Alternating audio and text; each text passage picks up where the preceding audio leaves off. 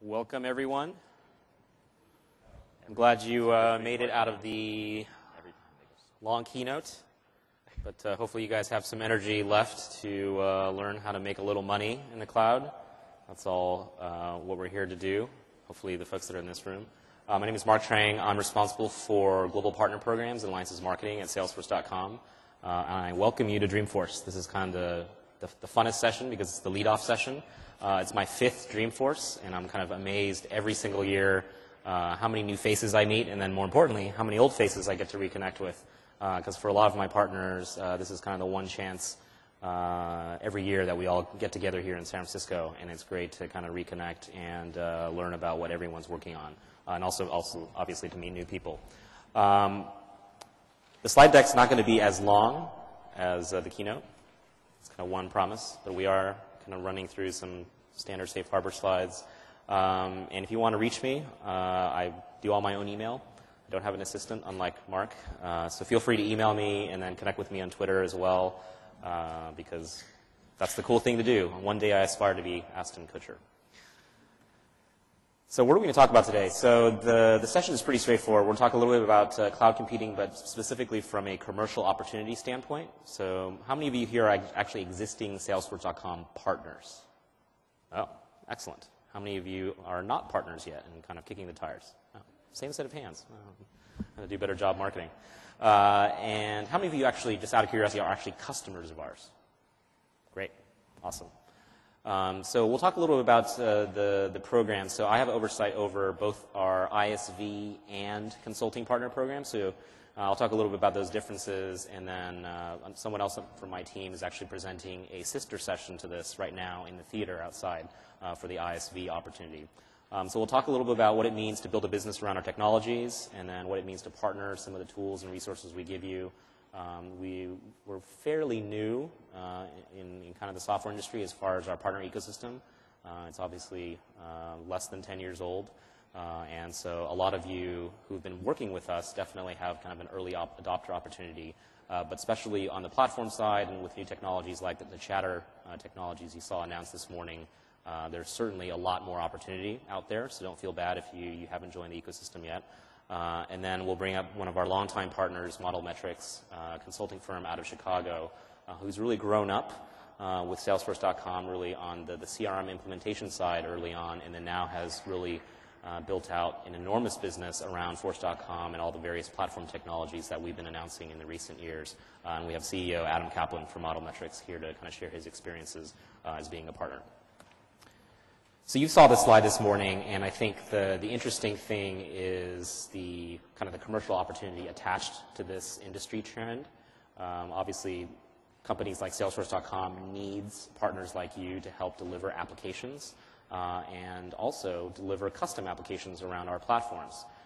And a lot of customers need help customizing CRM, integrating CRM, and doing training, doing kind of remote administration, doing ongoing improvements to their systems.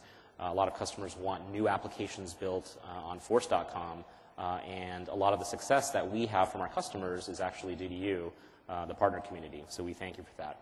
And how big is this opportunity? So conservative estimates, and it's obviously a multi-billion-dollar opportunity.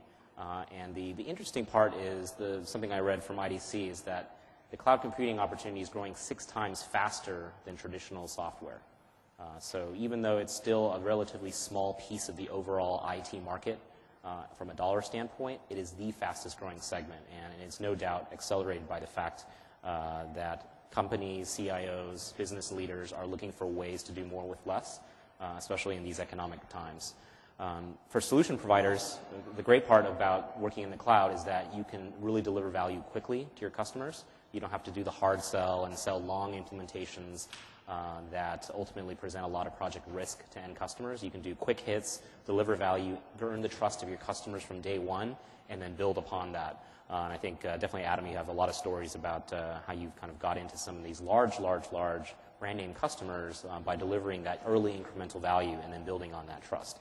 And certainly for a lot of people who are trying to raise money, the types of capital out there that's kind of not a lot of venture capital out there chasing software and IT deals, but the ones that are definitely looking towards the cloud because there is a certain level of capital efficiency. So if you're an ISV that's building an application, you shouldn't be buying servers. If you're a solution provider looking to raise angel capital or go out even for institutional loans, for example, you can actually give your investors the peace of mind that you're delivering on their dollar something more efficient than had you been building a business in the traditional software world. This is something we saw this morning. Again, a lot of the value is it goes from the customer back towards the provider, back to Salesforce.com. And I think the great part is every time Salesforce.com creates a new technology, creates a new upgrade, a lot of the times the customers automatically inherit it. So you as a solution provider can immediately start building services around it. You don't have to sell them on this long upgrade cycle, rip out hardware, maybe disrupt operations. A lot of these things are built seamlessly into the relationship that Salesforce.com has from a technology standpoint directly to the end customer, and you benefit and are able to draft behind that innovation. And then obviously the elasticity and the payment models are definitely very attractive in that you can start small, seed customers, not have to ask them for huge upfront payments to deliver value. And I think the speed is probably the single biggest advantage, especially in this market, that partners are seeing. Customers are able to deploy applications very, very quickly. Not only that, can they go live quickly, they can actually realize business value very quickly as well. And a lot of these metrics are driven by, a lot of you are obviously existing Salesforce.com customers. You're probably living and breathing this every day. And I think the worse the economy gets, actually the more powerful the value proposition of cloud computing becomes. And obviously the market opportunity for you as a consulting provider is amplified as a result. How many of you here actually serve kind of a specific market segment? So maybe a region, vertical industry, or a customer size. Great. So the great part about the cloud is that it allows you to do that specialization. You're not having to kind of train your technologists or make investments in certain technologies that only fit a certain segment. The great part about building your business around Salesforce.com is that we can serve all of these segments and allow you, the solution provider, to specialize, right? So deliver your intellectual property, bring your trusted customer relationships, maybe it's in a certain geography, maybe it's along a certain vertical industry or a certain set of business processes, and express that IP, express that domain expertise in a way that's meaningful to customers in that segment. But the great part, again, is that there's not a blind spot in the market. I think by building on Salesforce.com, you can attack many, many industries, companies of all sizes, and allows you in the partner ecosystem to really find your niche. This is kind of the high-level view of some of the technologies that you can build around. I think a lot of the early partners we had in our ecosystem, I think 1999 till circa 2005 to 2007-ish, a lot of people focus on the top part, right, the CRM and specifically SFA, the Salesforce automation technologies that Salesforce.com is known for in the market. But with the launch of Force.com in 2007, we've seen a dramatic increase in the types of new solution providers, people that are moving away from just delivering CRM training and customization services, but actually building custom apps. And it's kind of a separate discipline. It's a new discipline, and it's attracting a lot of new solution providers that may have been doing this for decades on platforms like Java and .NET, but now moving to the cloud and giving your customers a strategy as they think about cloud computing technologies and how to bring those into their companies. So the great part is in our ecosystem, you obviously get, as a partner, to build your business around all of our technologies. I'll skip through this. I think most of you are definitely well aware of our various platform technologies and how they interact with our Sales Cloud and Service Cloud. And again, the great part is as we innovate, as Parker and our R&D team launch new products, that immediately grows the footprint and an available value that you can deliver to your customers. And you can do that very, very quickly. Obviously, the challenge then is on your side, how do you keep up with that innovation? I think the easy part in traditional software is that the upgrade cycles are so slow that as a solution provider, it's easy to stay current. It's easy to kind of build up a certain amount of domain expertise. But the the challenge for solution providers, I think, in our partner ecosystem is how do you always stay up to date? How do you kind of build relationships both inside the Salesforce.com R&D organization, inside our alliances teams, to always stay up to date so that when we do release a new feature seasonally, or when we do release a big product like Chatter, you're able to stay on top of it and immediately turn around and have meaningful conversations with your customers and guide them in the adoption of some of these new technologies, and obviously build services revenue around that. For the purpose of today, I want to really focus on kind of custom cloud. I think how many of you here would consider yourself most of your revenue around your services around CRM, so SFA, marketing, services? Great. How many of you have actually delivered meaningful consulting businesses around Force.com, so custom cloud implementations? Oh, great. So about a third of you. So I'm really going to focus there because I think that's the real big opportunity. Obviously, the market size for CRM is dwarfed by the kind of the dollar value around custom application development. And a lot of IT firms are now moving beyond just adopting SaaS apps like Salesforce.com or Concur or Google apps, and now really thinking about building new apps, mission-critical applications on these new cloud platforms, whether it's Force.com, whether it's Amazon, whether it's Microsoft. And I'm going to talk a little bit about kind of the opportunity there and then what we're providing our partner ecosystem. So quick intro, Force.com is the cloud computing for business. So it is not meant for kind of building large-scale consumer websites. You're not going to build the next YouTube on Force.com. But what it really is good at is delivering a lot of both obviously the hardware infrastructure, but also the application components that every enterprise application needs. Things like security, things like workflow, analytics, now content. All those things are baked into the platform so that your team can focus on the business process and code against it. And in a lot of cases, actually don't have to code a lot. Because a lot of the application development actually can be done declaratively without writing a single line of code. And again, that's where you get to focus on your innovation. This is the same value proposition that our customers get, and then a lot of our ISV partners get when they build standalone applications. And for our consulting partners, this is I think the advantage that you have, that you don't have to the table stakes of getting into the game are a lot lower. I mean, you can really focus on just hiring people that have the domain expertise to deliver around certain industry or business process and not have to hire a DBA and have him on staff, and not have to hire someone to install and rack servers and route networking cable. Things that I think in the traditional software world, a lot of custom app dev shops and channel VARs had to have those capabilities, and ultimately those capabilities were marginalized. They were commoditized, right? So everyone had to have those things to deliver a solution, but didn't really demonstrate kind of breakthrough value or very profitable margins to back that service line. And so why is it so much faster? Again, you get so much out of the box.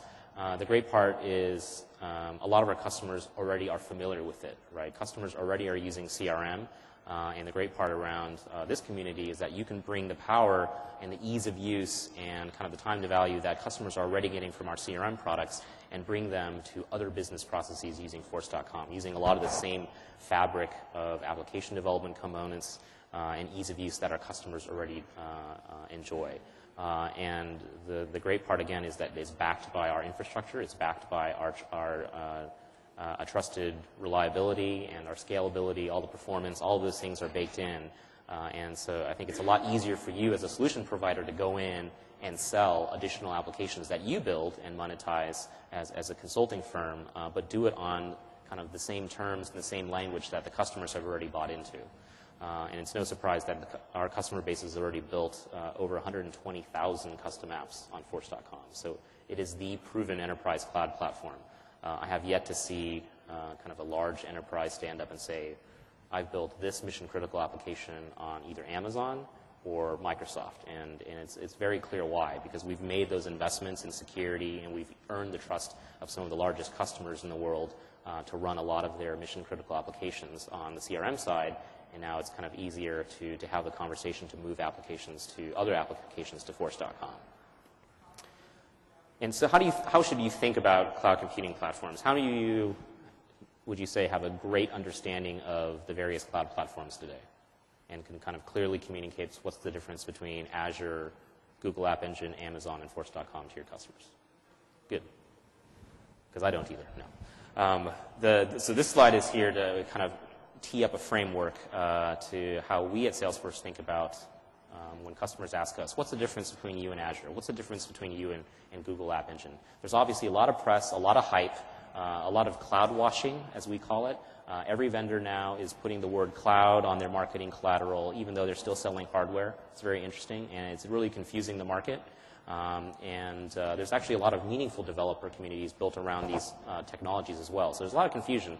And the way we think about the world is really in three buckets. There's kind of an infrastructure as a service layer, which is what we call servers as a service. This is effectively what definitely Amazon has begun to monetize, in that you can spin up virtual hardware instances and put traditional software stacks on top of those instances very, very quickly. And the great part is that their pricing model sells itself. It's next to free.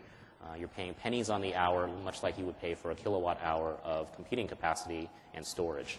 And Windows, Azure, which they kind of just formally announced a lot of their pricing and packaging earlier this week, is following that same trend. You can provision Windows servers in the cloud, so you're removing the hardware complexity. What it does not remove is the traditional software stack, right? So you're still writing in PHP, you're still writing in .NET, and you're just moving the complexity and outsourcing that to people like Amazon and Microsoft. Google App Engine is kind of an interesting platform because it's a little bit more abstracted. They do force you to use Python or Java, and it's really designed as an easy way for a developer to stage a website, an e-commerce website. And it does include, obviously, elements of the infrastructure. You're running on Google's highly dynamic, highly scaled commodity infrastructure, which is staged around the world. But you do have benefits of kind of higher levels of a technology stack, like a database and an app server. And they do kind of black box those for you. Again, the pricing model is similar to Amazon, that you're paying pennies per compute hour, pennies per gigabyte transferred. Force.com, on the other hand, if you think about the pyramid of abstraction, we're definitely very highly abstracted, meaning that you can't just throw your .NET service. We're not going to host your .NET code. We're not going to host your Java code. It is a platform that is specifically built and designed for business applications. So you trade off a lot of the general flexibilities. You can't build a YouTube on Force.com, but you gain a lot of developer productivity in that you get all these layers of the stack out of the box. And we think that if you're in the business of building business apps and delivering business applications and selling them as a commercial consulting partner, there's no better way to do it than Force.com. And hopefully this gives you a sense for how we're positioning it, and hopefully gives you a little sense for maybe how you can have these conversations with your customers. Because I'm sure your customers are asking you, how should I think about bringing cloud into my enterprise and moving more applications into the cloud? This is kind of a deeper dive of the IDC study that Mark talked about in the keynote this morning, and this has kind of been verified by a lot of our customers, probably some of you in this room, that it's a lot easier to deploy apps in the cloud compared to traditional application development. Not just on the initial outlay of cost of buying servers and the startup costs, but also the ongoing total cost of ownership over the lifetime of that application. Because you don't have to manage this infrastructure. You don't have to have the people on staff to manage that infrastructure. And it's easier for you to react to the business. And it gets a lot of companies who shouldn't be in the business of managing data centers out of that business, whereas in the traditional software world, they're forced into that structure. And here's kind of a quick look at some of the companies, large and small, from diverse industries from all around the world, that are building interesting applications. And notice, none of these applications have anything to do with CRM. So that's kind of the big market opportunity. I think a lot of you partners that have been with us a long time, like Model Metrics, have built profitable businesses as early partners in the CRM space. But I think the big, wide open greenfield is Force.com and all the custom applications that companies still need to build beyond just adopting Salesforce CRM. And a great example of that, how many of you here kind of saw or participated in the Starbucks Pledge 5 philanthropy effort earlier this year? So if you visited Starbucks during the time of Obama's inauguration, you might have saw this at every store, asking you to pledge a certain number of volunteer hours in exchange for a free cup of Starbucks coffee. And the interesting part about this technology story is that they came to us last December, 4 weeks before the inauguration, before Obama was going to take office. And they said, hey, we've got a great idea. We want to integrate this, kind of a call for philanthropy. It's on Obama's agenda, and we want to give people kind of a bonus, a cup of coffee in exchange for people to say, I'm in, I'm going to pledge 5 hours of volunteerism, tied to Facebook, and create a lot of brand awareness. And the great part is that they built this on Force.com using our sites technology. It's a database-powered application that hooks into Facebook and massively scalable. I think at peak we had several million unique users per day coming to the pledge5.starbucks.com website, all built on our platform. So it's an interesting use case in something that was kind of CRM-y. Starbucks was not in the business of collecting these names. They just wanted to create a community site. But it's a great example of how a new technology that we rolled out was able to be quickly implemented by one of the largest consumer brands in the world. And a consulting partner delivered that. So how do you get into this game? So how do you work with us and engage with Salesforce.com? I think when I talk to a lot of prospective and existing partners, beyond just the CRM opportunity is a lot of people have customer relationships. Many of you have hundreds, if not thousands of customers that you've touched. Many of you have made enormous investments in technical skills. Many of you have talented UI designers and application coders in your teams. And domain expertise as a result of that. But how do you take that to the cloud, right? So how do you express that in a way that doesn't force you to have the uncomfortable conversation with your customers about buying hardware and doing it on a traditional software stack? And the great part is that we have kind of a dedicated program, which is on the left, the consulting partner program, to help you do that. And to deliver professional services, you can deliver integration, do custom app dev, and even training and education. Whereas if you're in the business of building standalone apps for resale, you can do it via our ISV program. I'm going to kind of talk through some of these. And we obviously have kind of different tiers and recognition for partners in our consulting partner program. And unlike other programs that I think are out there, we don't have a program fee. So that's kind of interesting. We're not forcing you to sign up for a certain amount of kind of fees every year in order to work with Salesforce.com. We rather focus on the commercial opportunity and, more importantly, measure our consulting partners based on the value they deliver to our customers, not just from the revenue side, but also on the actual delivery side. As part of that, these are kind of some of the program metrics, and we've got kind of detailed program data sheets that we can share with you outside. Members of my team are outside that can kind of talk to you a little bit about the specific metrics and kind of share materials that have this in greater detail.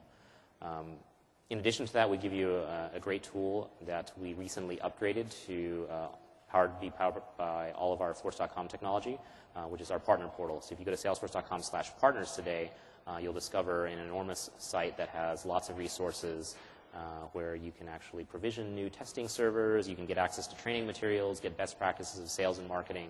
And again, this is something that we built actually with the help of Model Metrics to really, for you, the partner ecosystem, for you to make it easier for you to do business with us and to be more successful. So how many of you have actually logged into the new partner portal in the last 90 days?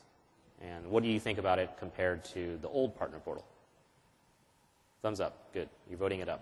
I'd like to see that. So we spent a lot of money, a lot of time, did a lot of focus groups and interviews, and we're definitely going to continue to invest in it. So hopefully give us the feedback. There's actually ideas inside the partner portal, so you can log in and let us know how we're doing. Beyond that, we also have an enormous free public community around developers. And so for the technical folks in the room, if you haven't explored developer.force.com, there's lots and lots of free tools and training and best practices in a thriving community of over 200,000 developers around the world that are collaborating together around Force.com technology. So that's also, I think, a very great resource for our consulting partners. Something that we recently released also inside the Developer Force site is something just for consultants. So one big piece of feedback we've received from you over the past year is that, hey, we know your global services team, the Salesforce.com professional services team, has a lot of tribal knowledge, lots of tools, and they show up on projects. How can we be like them? How do we have access to that same level of expertise? What we've begun to do is share a lot of those things publicly. You don't even have to be a partner, actually. Ultimately, we're in it for the customers, and we want you to deliver better projects and better solutions to customers. So we develop a new consulting resource center so that you can focus by product area and get implementation roadmaps and et cetera, so that you can deliver outstanding service and implementations to our customers. And also, we also recently did a major upgrade to the App Exchange to allow consulting partners to participate on the App Exchange. So how many of you actually have a listing on the App Exchange, whether it's an application or service? Okay, about a quarter of you.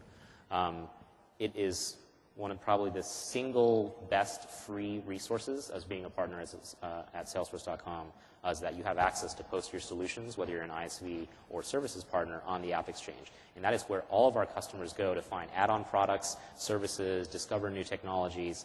And the great part is that there's no cost, right? So we pass all these leads to our partners. In fact, we pass over 12,000 leads a month to our partner community in order for you guys to connect to our customers. So if you're not on the App Exchange already, come talk to us and learn a little bit more about how you can take advantage of this channel. And today there's over 1,000 applications and consulting services that are listed on this pretty vibrant community. And the kind of the upgrade I was talking about was that even though it's called App Exchange, prior to releasing services listings on App Exchange is really meant for ISVs, so you actually had to have a packaged app. Starting in August, we actually launched services listings on App Exchange so that now you as a consulting provider can have a storefront, if you will, where we will actually list a lot of your project reviews and actually the number of trained and certified experts you have on staff so that our customers go there to find you. Maybe they need help with CRM, maybe they need help with a custom app or Service Cloud. Now they can actually, just like they would evaluate ISV applications, they can also evaluate consulting partners using the same mechanism. And it's a great way for you to get discovered. And the great part is hooked in behind the scenes to the partner portal. So all the program metrics that you're accumulating as a partner with us, all your project ratings, all the reviews, all the number of trained consultants that you have associated with you are publicly displayed so that your customers can kind of make educated decisions on which partners to work with. So it's a great closed loop way for you to get more traffic, and there's kind of interesting ROI stats, early stats from Cloudware, who got an interesting spike in the number of leads, all because of the App Exchange. And again, this is kind of how we're connecting it behind the scenes. As you accumulate projects and certifications and ratings from all the work you're doing via inside the partner portal, all those things are going to be automatically exposed so that there's kind of a truthful transparency, if you will, as customers go on the App Exchange. Just like they would look at the project, the ISV application customer reviews, they can do the same type of evaluation for consulting partners. So how many of you here, just out of curiosity, actually have, you have a services listing on the App Exchange? Good. You guys are in the vanguard, and hopefully, thumbs up or thumbs down, are you actually getting traffic? What's kind of been the attention? Good. Excellent. So that's exactly what we want to see, and we hope that more of you get your services listings on App Exchange. Again, it's free to join, and we'll pass you the leads for free, and it maps to a lot of the data that you're already accumulating as part of a partner. Beyond that, we give a lot of our consulting partners interesting kind of tactical go-to-market capabilities. So you can syndicate content, you can host free trial pages and build them into your own websites so that you can generate referral fees and generate leads from there. And you don't have to update it. The great part is that by embedding some simple HTML, Salesforce.com will push the latest content to your website. You can style it so it looks like yours, and it builds credibility for your own web properties. But the great part is that it hooks in any free trials to you, and it kind of associates it to your website, so you can kind of generate a lot of the lead referrals from there. Obviously, we have events like Dreamforce and much smaller events around the world where you can work with us to have a presence. And the great part is in the portal, now you can see the available inventory and do long-term marketing planning on the portal as opposed to having to get on the phone with us and ask for sponsorship brochures and joint marketing prospectus, et cetera. And again, on the portal, we're sharing a lot of marketing playbooks and best practices. In fact, we actually are delivering a new session at Dreamforce this year as part of this partner success track called How to Market Like Salesforce. Many of you always ask, how do I align our marketing messages? How do you do social media? How do you do email marketing? How do I kind of adopt some of the best practices at Salesforce so that you kind of market to your customers in the same way with the same effectiveness? So be on the lookout for that session that's happening later in this track. And sales tools, this is probably, besides the Consulting Resource Center, the second biggest piece of content that we're delivering to our partners this year. Many of you have asked for how to sell like Salesforce. You want the same competitive tear sheets, you want the same positioning, the same ROI tools, the up-to-date PDFs and the data sheets that our own AEs have so that you can go out and be on the same message when you meet with customers and not have to create collateral from scratch, for example. And the great part as a partner, you have access to this in the partner portal. And for more detailed discussion of this, I encourage you to go to the Sell Like Salesforce session, which is also in the Partner Success track that's happening later on in the conference. So market like Salesforce, sell like Salesforce, consult like Salesforce. That's kind of the theme that we're trying to carry through in the partner portal in delivering a lot of this content to you. So hopefully you can kind of take advantage of that. Another interesting thing we offer partners is both free and fee-based support. We understand that sometimes you may not want to pay for the support, so we have a lot of mechanisms for that. But for some of your larger, especially Fortune 500 class customers, where you do want a certain level of responsiveness from our support teams, you're able to kind of pick the package that makes the most sense. And so just out of curiosity, how many of you have actually purchased kind of partner support or have paid for cases on behalf of customers? Okay. It's an interesting option. So I encourage you to take a look at it, especially if you're working with customers that demand a certain level, a certain SLA, and we're making this available to you. So this is kind of leads me to kind of the money slides for my part of the presentation before I bring up Adam. We've been hearing loud and clear from you that beyond the services fees and the consulting revenue that you generate as partners, that you want a bigger piece of the pie.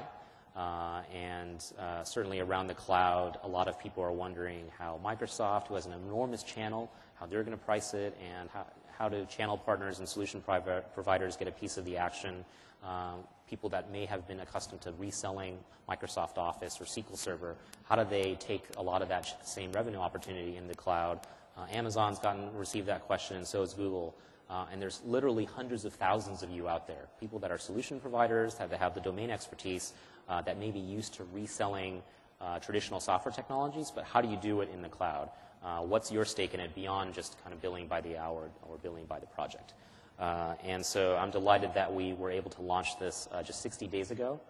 It is the first ever channel program for the cloud, and also actually, I think, the first real channel program for Salesforce.com as a company. As you know, we're a fairly direct sales-centric company, but when it comes to the platform, we realize that we need you, the partner community, to help us drive adoption of a lot of the cloud computing technologies into our customer base, many of which you touch and serve, maybe even in the traditional client-server world. So this is a program that we launched just a few months ago. We have a few dozen charter members that are part of this program, and we're definitely looking for more. So if you're interested in building a business around Force.com specifically, and you have custom application development expertise, we are willing to share a lot of the pie. So the actual pricing is very competitive. We're actually sharing close to 70% off our list prices back to the channel. It's kind of a value-add pricing. You obviously can turn around to your customers and resell it and build IP on top of whatever the licenses you sell and sell a much larger solution. But the great part is that you own that recurring revenue stream, right? So once you're done with the project, that project will still continue to pay, and you also own the renewal. So whether it's a one-year term or whatever term you set up, it's on your paper, whatever you structure with your end customers, you're able to build that into a recurring revenue stream. We're really excited about this. There's been some interesting early feedback already. There are partners that have already closed deals in less than just the 60 days that they joined the program, so we're really excited. And to really prime the pump, for all existing and new VART partners that join, we're giving you 5 free orders if you place them by the end of January 31st. So if you can go out and sell a 1,000-seat Force.com deal, you get all the revenue of that deal. Pretty attractive. There's a lot of stunned faces, like, is it too good to be true? Yeah, it's not too good to be true. So we're great. I'm getting applause. We'll be taking orders up here. I have agreements up here we can do. I think you're probably wondering why is Salesforce doing this? We really think that there is an opportunity right now with Force.com to break through into the enterprise. So you're seeing advances on the technology side, things like Chatter and Sites, and the maturity of the platform being a real full-fledged platform for all business apps. And we're trying to jumpstart the partner ecosystem a little bit and convince people that may have been Microsoft consultants, may have been Microsoft resellers to consider building their business around Force.com.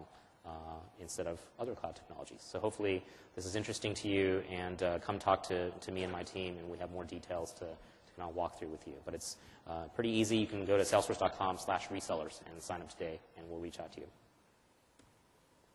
And these are kind of some of the early entrants in the program, including Adam from Model Metrics, who can kind of walk you through some of his thought process as he's transitioned his business. There's nothing wrong with getting a little piece of the cloud. Another partner who's also building a business around this is Josh Holtzman, who's actually going to be on a panel so there's another session in the partner success track called From the Front Lines, kind of best practices from top consulting partners, and that is happening, I believe, on Friday morning. So Josh is on that panel, so feel free to talk to Josh. One of our fastest growing partners, grew up in the Microsoft world. It's kind of a small regional consulting partner in Southern California, but is growing by leaps and bounds, and is focused exclusively on Force.com, kind of bypassing the normal SFA and CRM consulting opportunity and focusing exclusively on cloud custom application development. So interesting guy to talk to, and he can kind of share his perspectives as he's made that transition. So how do you join? For those of you who raised your hand earlier who aren't part of the program, it's pretty easy. Go to Salesforce.com/partners. And then just hit the Join Now button, and then kind of it'll fork you off into either the consulting or ISV program. Or you can join both. Many of you probably have interesting intellectual property that you can commercialize. And the great part is that building it on our platform makes it very easy for you to publish that app on AppExchange, so you can be an ISV, reseller, and a consulting partner all in one shop. And I encourage your technologists to take a look at developer.force.com as well, and start building apps and start building your cloud business. And with that, I will turn the podium over to Adam, and who will kind of walk you through what he's been working on. Adam. Thanks, Mark.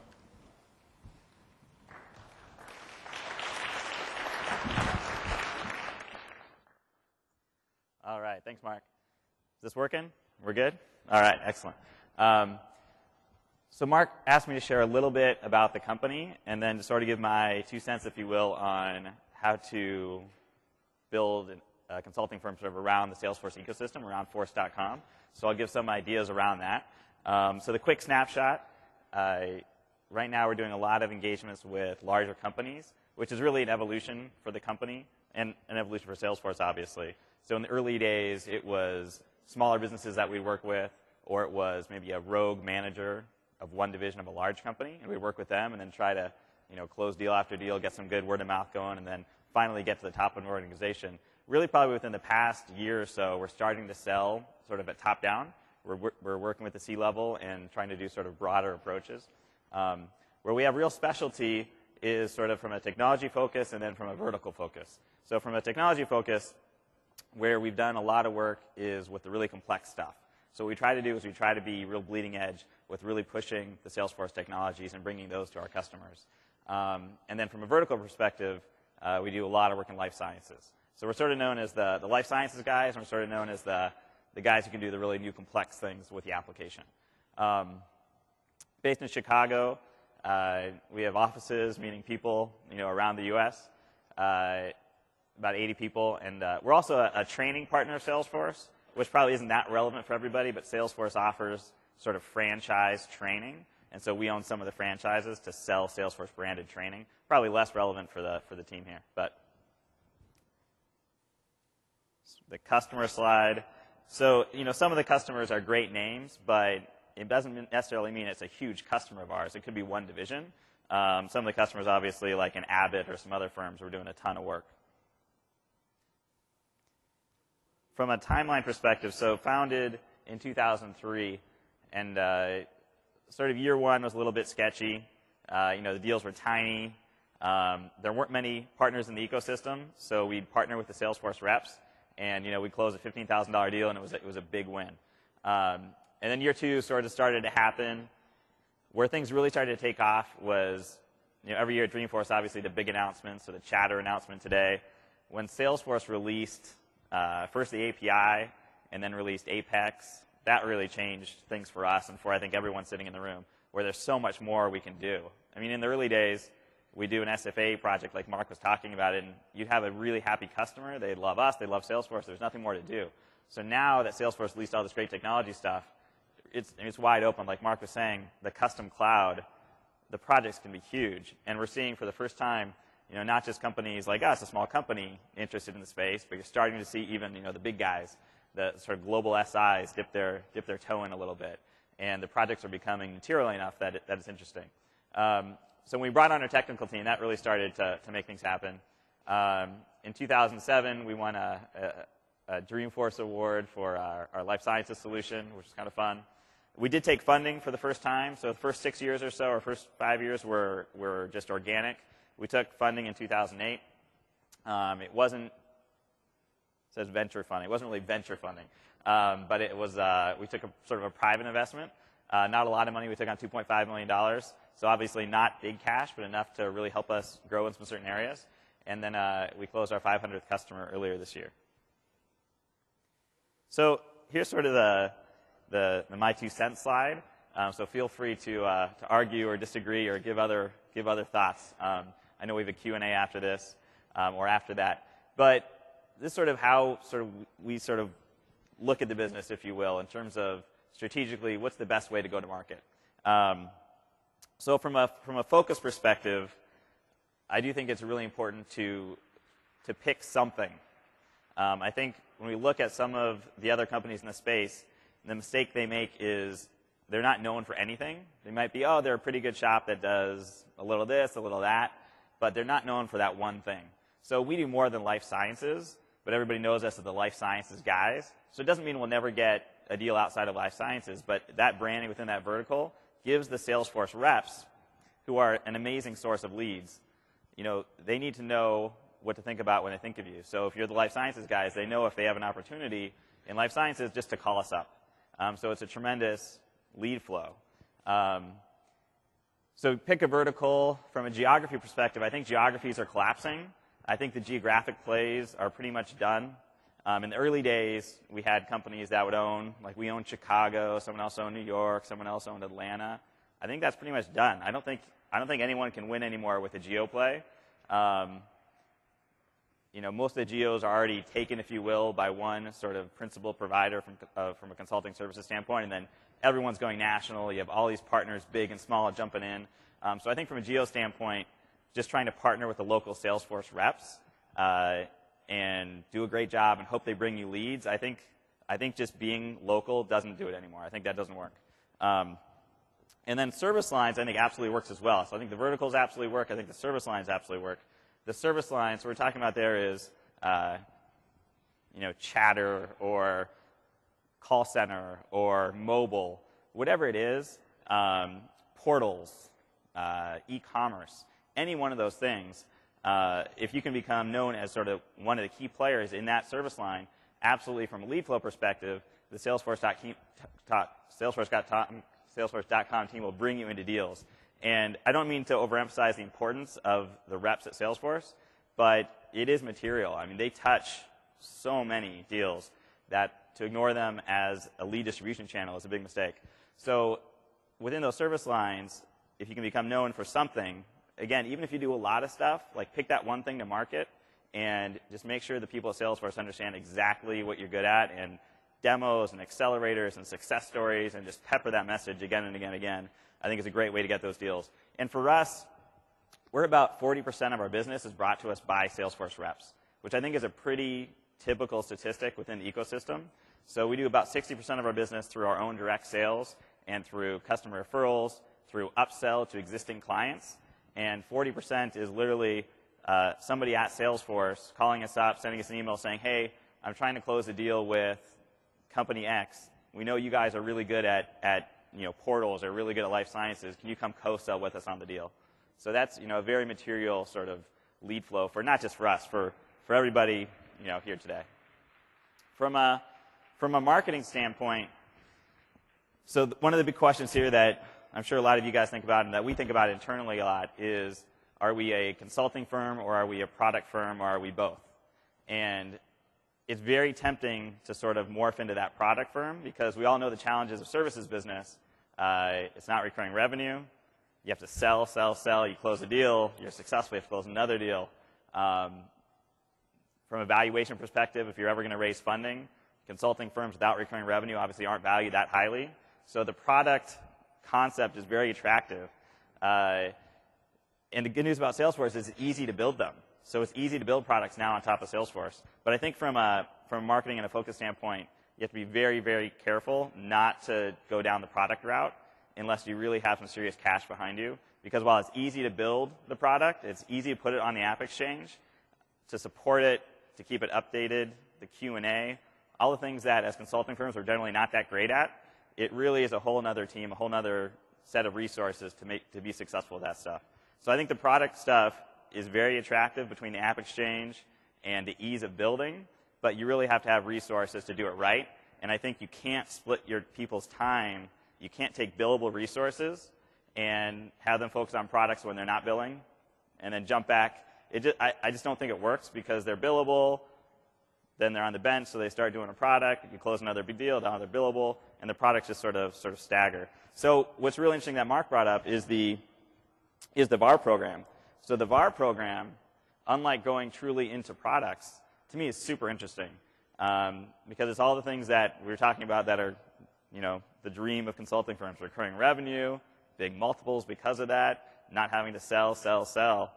The VAR program is super interesting because you don't need to support it and do the QA and all these things like you do around products. So we're really excited about VAR program. We have not yet closed our first VAR deal, 60 days in. But I did not know about that 5, is that brand new? Today. That's good. So we'll definitely be talking about that internally. Now, one of the challenges around VAR program, that's huge. That's huge. One of the challenges around VAR program is going back to the lead flow. So we talked about the Salesforce reps. You build a great relationship with them. You add value to their sales cycle. They will bring you into that deal. So what we have to watch out for the VAR program is that we work well with the Salesforce reps. So that's the rub. And I think that as long as we handle that well, we'll be successful because the more money we get, the less money the sales rep gets. So if they're viewing us as stealing a deal, then we're not going to be that partner that's going to get the lead for the next one. So I think we just have to pick our spots and make sure that we're having just perfect communication with the Salesforce rep so they know exactly what they're doing and so they're not surprised. And then it's a good thing for everybody. But that's good. So other things around marketing. So frameworks, I think, is critical for everyone in the space. And how we're defining frameworks is basically just accelerators. So DemoWare, we give them away, so we don't even charge for them. You can charge for them. We give them away. And the reason we have them is it basically opens the door to a lot of companies. So, for example, within life sciences, we have a mobile framework built on top of Adobe Air that connects to Salesforce where you can do signature capture and use Salesforce in offline mode as well as online. So if you're in a hospital environment and you're a pharmaceutical rep and you're taking a signature and dropping samples, you can do all that within Salesforce and Adobe. It all syncs back to Salesforce. It's very slick. It's a great UI. We sell it as a framework, so we actually give the framework away. It's an excuse to get a meeting with a pharmaceutical company. It's a great demo. We give the demo to the Salesforce sales engineers. So the Salesforce sales engineers have our framework, and they can demo it without us. So just another great way to be brought into deals. We give it away, and then what we say is an accelerator. So instead of having to custom build this mobile solution for them, where it might take 6 months and $500,000, we'll say, with this accelerator, we're giving this to you. It's only going to take 3 months, and it's $100,000. So it's a great way for us to penetrate the market. And again, I would say the framework should be focused around either a vertical or one of the service lines. Either way, I think, especially if you equip Salesforce, if you give it to their SEs, be very open with it, and you give it away, I think it's a great way to drive lead flow. Demo, same things. One of the challenges that we always struggle with and we're not sure about is how much free services to give away. So again, when the Salesforce rep brings us in, or even if it's our own direct deal, it's a referral from a client, especially if it's an interesting potential client, if it's a larger client, they very well might ask for free services. Hey, we're company X, we're this huge Fortune 500 company.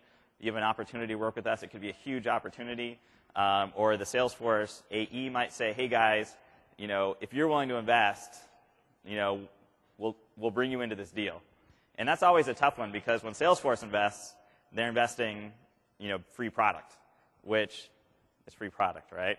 It's not people's time or, real sort of opportunity cost around billable hours. So for us to invest, it is a big deal. So that's one of the big challenges we face is when to invest, whether it's working with the Salesforce AE or whether it's a direct deal, and how much to invest in order to try to get that dream client. And I'd say we probably have a 50-50 success rate in terms of whether we think we got ROI out of doing that kind of stuff. But that's always a challenge. But the demos is a big deal, whether or not you're doing it for free or whether or not you're being paid for that proof of concept. The demoware is huge. Going back to equipping Salesforce or equipping your own salespeople with the demoware, that's a big deal. And then 2, Salesforce. So the way we think about Salesforce is really as our customer, just like we think about our end customer. So we're constantly working with Mark, and he's been an amazing help in sort of getting our message across Salesforce. We're constantly marketing to Salesforce all the time, whether it's on a local level with the local reps, whether it's in San Francisco, spending a lot of time at one market. My best advice to give anybody is go to one market and sit in the Starbucks all day and work from there and never leave, because literally you get meetings with everybody at Salesforce that you could never get if you had to put something on the calendar. We buy a lot of coffee, but in terms of partnerships, this is one where I think it's important to be careful about not over partnering. So within the ecosystem, we sort of broke partnerships down into 3 ways. So there's partnerships within the ecosystem and a couple others. What we mean by within the ecosystem is there are tons, like right now next door there's the ISV presentation about all the firms that are thinking about Salesforce that have products, so not consulting. And they built some cool product around Salesforce, and it could be a marketing solution, it could be a mobile solution, it could be, whatever, right? There's a ton of stuff. Some analytics thing, some manufacturing vertical application, quoting, orders, etc. So because we're the consulting teams and we work with so many clients, collectively, everyone in this room, everybody in the expo, it's very attractive for these ISV product firms to try to leverage us because we're the ones who have the relationships with the clients. And so what happens is a lot of these companies, and they could be great companies, come to us and say, hey, why don't you guys, we'll partner together, and you guys can help sell into your base our products. And then, you know what, you can even build an implementation practice, not just around Salesforce or Force.com. You can build an implementation practice around our, marketing or mobile solution because we're a product company, we don't want to do services, and then you can expand. And I think the key to success in terms of partnering within the ecosystem is just to pick a couple that you really believe in and that you just have a great relationship with, because it can be, there's so much noise, there's so many of these companies, like 1,000 companies on the App Exchange, it's very easy to get distracted. And unless it's going to be big enough from a revenue standpoint to be material versus just your classic Salesforce business or your custom development shop or whatever you're trying to build around all this, it's probably going to be different skill sets. Their cloud app probably isn't as good as Salesforce's cloud app. So my advice there is just be careful and don't over-partner. The second one I think is super interesting for everybody in the room. So all those guys next door, a lot of them are building apps natively on Salesforce. So this, I think, is really interesting because of them. It's not them saying, hey, we'll sell our product, you guys can help implement it. Now what they're doing is they're coming to guys like us and they're saying, hey, help me build my product on top of Salesforce. I want to rebuild whatever I have on top of the Force.com technology, and then I'm going to sell it as a product. So that's super interesting because then it's classic consulting. We're just helping a company build on top of the platform as opposed to helping a company with some SFA or portal solution or whatever. And that's yeah.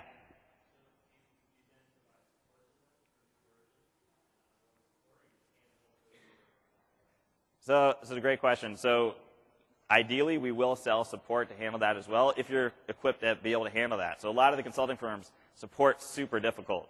Like, we really struggle with support because we say, okay, we're going to have a dedicated couple guys doing support, and then they end up billable on a project, and then they're not ready to do that support function. So, I think we figured it out now, but it depends if you have the resources to really, truly dedicate people towards it. If you can dedicate people towards it, which is where we're at now, we have dedicated support for stuff like that, I think they get pulled. But this is really interesting business because some of these firms are more startups, and they don't have a lot of cash, and they're trying to build on the Force.com platform, without spending a lot of cash to do it. But some of the guys in that bucket have a ton of cash. They're big companies that are building now on top of the Force.com platform, and it's tremendous opportunities for everybody in the room here. non-Salesforce channels. So this gets into sort of Mark put up that chart, which I thought was really interesting, by the way, which is sort of Amazon and Windows, Azure versus, wasn't Mark called Azune or something, versus Google and Salesforce. And again, I think it's important to consider partnering with Amazon or partnering with Google. For one, we sort of want to be known as cloud strategists, right? Not just, you don't want to just be the Salesforce guys. So to be considered a cloud strategist and really, working with companies to help them with their cloud strategy, I think you almost have to do work with those guys to a certain level. Just back to a focus perspective, though, how deep you want to go is the real question. So it's one thing to do some, to understand them and to give some advice around them. To build it, to really spin up practices, spin up a Google practice, spin up an Amazon practice, I think can be a fantastic thing. It just depends on how much resources you have and how much focus you can afford to throw on something like that. But they could be big. So, Amazon, Google, they could obviously explode and be super interesting. On the right side, so rates, funding. So from a funding perspective, we did take cash last year, and the multiples just aren't great for consulting firms. So the more you can do it without funding, the better. What we're generally seeing in terms of industry averages around ratios are, from a revenue standpoint, if you look at last 12 months revenue, typically on the low end, sort of 0.5 times past 12 months revenue, and the high end, 1.5 times past 12 months revenue from a multiple standpoint. And from an EBIT standpoint, the highest, 15 times if you're just killing it and you're super successful and super profitable, to as low as, the classic 3 to 5 or whatever. So I think funding, especially to build some of the accelerators and some of the frameworks and really invest in demoware and things of that nature, can be really important.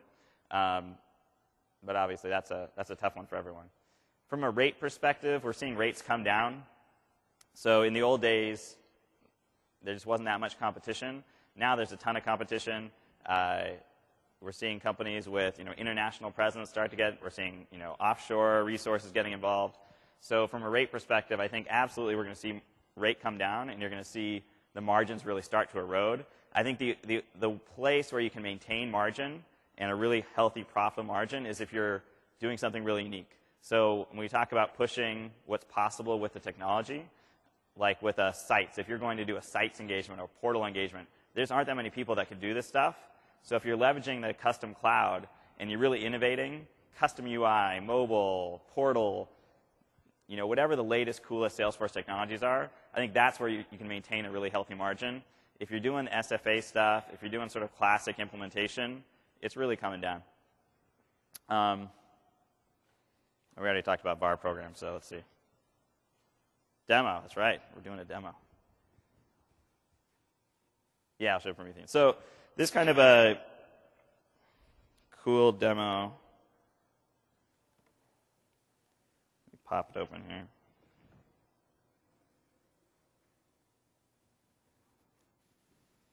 How are we doing on time, by the way? All right, perfect. So this is a company. It's a really cool company. It's called Promethean, and what they do is sell interactive classroom technologies.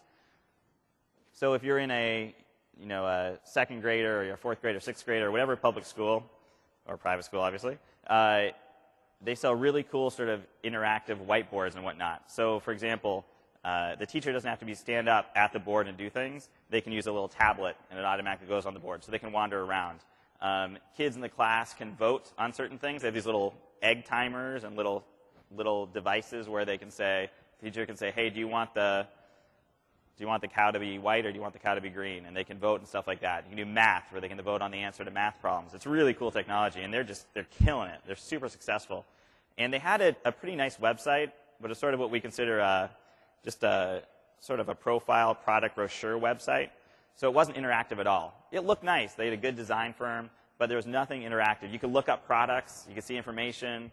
But there's no e-commerce experience. There was no interactive experience where you could really get to know the products. So they came to us actually after Salesforce launched Sites last year. They said, hey, this new site stuff sounds really cool. Can we leverage that to build out a really interactive website? So they're a great client to work with, and I'll show it here. So this is their website. Literally, it's on the front page of their website. This is it. So this is now completely built on top of Force.com. When I click on Try It, and they liked it so much, literally front page of the website. When you click on Try It, there's sort of 3 components. So there's Learn, which I'll click on in a second, where you can really interact with their products. Build is where you can sort of lay out your classroom, and you can say, I'm going to put the whiteboard over here, I'm going to have 2 egg timers, I'm going to have a little tablet, I'm going to have whatever. And Select is the e-commerce engine. So I'll show Learn and Select just for time. Learn, so here are all their products. And you can say, okay, well, I really want to learn about the Active Arena. So I click on Active Arena, and I'll say we want to do a competition. So for all their products, they have stuff like this, where it's interactive. I get to play with the website. So I'll show you a quick example here. So I click on this little pen or whatever, and I can... I'm doing something wrong. Well, whatever. You can spell, and you can... I must have been doing something wrong. But you can actually, like... Oh, here we go. Now it's going. There we go. I was too fast. Well, I get the point. So you can go interactive stuff, and then and they have that for all their little products here. So Active Expression, Active Slate, et cetera, et cetera. The Select part. So what's cool about this is all classic stuff in Salesforce. So when I click through here, I'll say we're in the U.S. This is global, so they have this running in Germany and some other countries. I can actually, this is all built on, it's Visualforce and Adobe Flex, and I can actually drag stuff into the shopping cart, which is kind of cool. Nice drag and drop functionality. I can, it's hard to see on the screen, I can click in here and look more specifically at something, and there's even recommendations. So all this stuff is managed within a classic Salesforce org. I won't show the back end, but it's classic product lists. So they have product lists for each country. They have a recommendation, sort of custom object hooked to products that all show up here. And then when you're done, this is a live website, so I'm not going to do this, but you can either save your choices for later, you can email them to somebody, or you can send them to a local partner, send them to the company, and so quotes and ordering and all that kind of stuff. So it's pretty slick, and they've had a lot of success with it. And here's the little egg timers. And it's completely native on top of Salesforce.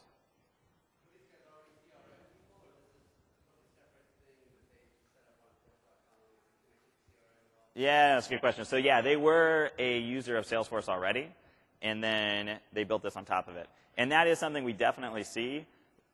Most companies, and this is changing, but still hasn't changed fully yet, most companies who build custom cloud applications, if you will, typically they start out as SFA or call center users, and then they're comfortable with it, they love it, they understand it, and then they sort of evolved into building really cool custom things.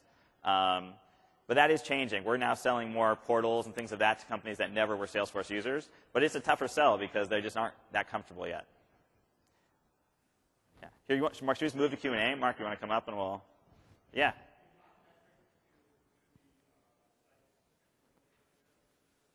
Yes, this is all sites. Yeah.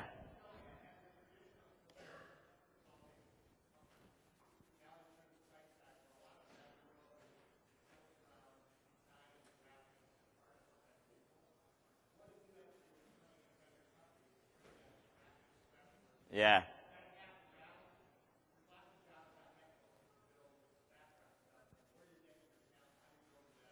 Sure. No, that's a great question. So in 2 ways. So we have a couple people internally that are just ridiculous graphic designers.